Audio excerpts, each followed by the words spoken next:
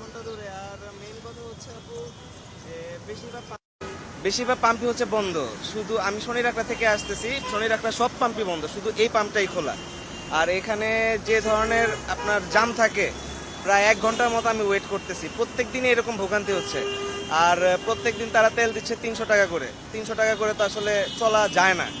আমার বাসা এখান থেকে ওখানে অফিস অনেক দূর, তো যার কারণে আমার প্রায় প্রত্যেক দিনই 1 থেকে 2 ঘন্টা করে লস হচ্ছে। তো এভাবে আসলে আমি যেমন আজকে অফিসে কথা বলে আসছি যে আমার আসতে 1 ঘন্টার মতো লেট হবে। আমার অফিস 9টার সময়, আমি এখনো তেল ভরতে বসে আছি। আমাকে বসরা ফোন দিচ্ছে, আমি কিছু বলতে পারতেছি না, কিছু করার নেই, আমার কাছে তেল নেই। তো এই হচ্ছে আপু অবস্থা। তো জানি না এটা কি হবে। তো অকটেন আমি জানি আমাদের দেশে উৎপাদন হয়, কিন্তু তাও যদি আমাদের দেশে এরকম যদি সংকট হয়, এরকম একটা সিন্ডিকেট হয়, এটা আসলে খুবই কষ্টদায়ক। ডিজেল আপনার বাইরে থেকে আসে, এটা ঠিক আছে, কিন্তু অকটেন আর পেট্রোল আমরা সবাই জানি যে দেশে উৎপাদন হয়। কিন্তু এটা যে আসলে সংকট হচ্ছে, এটা খুবই কষ্টদায়ক। অপেক্ষা করতেছি প্রায় 30 মিনিট ধরে। এখন তো অপেক্ষা, আমরা যেহেতু ভাড়া মারি, একটু কষ্টই হচ্ছে এই আর কি, রোজার সময়। ভাইয়া, আপনি তো রেগুলারই বাইকে তেল ঢুকাচ্ছেন বা আপনি রেগুলার চলাচল করছেন, কেমন ভোগান্তির সম্মুখীন হচ্ছে?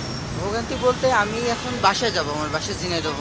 কালকে সন্ধ্যা থেকে আমি সদরঘাট থেকে 300 ফিট পর্যন্ত মোটামুটি অনেকগুলো পাম্পে ঘুরছি, কোথাও তেল পাইনি। এখন সকালে বের হয়েছি একবারে ব্যাগ ট্যাগ গুছিয়ে বাসায় যাওয়ার জন্য। এখন অনেকগুলো পাম্পে ঘুরলাম, ওই দিক থেকে পাইলাম না, এখন এখানে পাইলাম, এখান থেকে তেল নিয়ে আমি বাসায় যাব। ভোগান্তি বলতে অনেকই ভোগান্তি হইতেছে। আমি ঈদের সময় হ্যাঁ, ঈদের সময় সবারই বাসায় যাইতে হবে, কেউই তেল পাইতেছে না।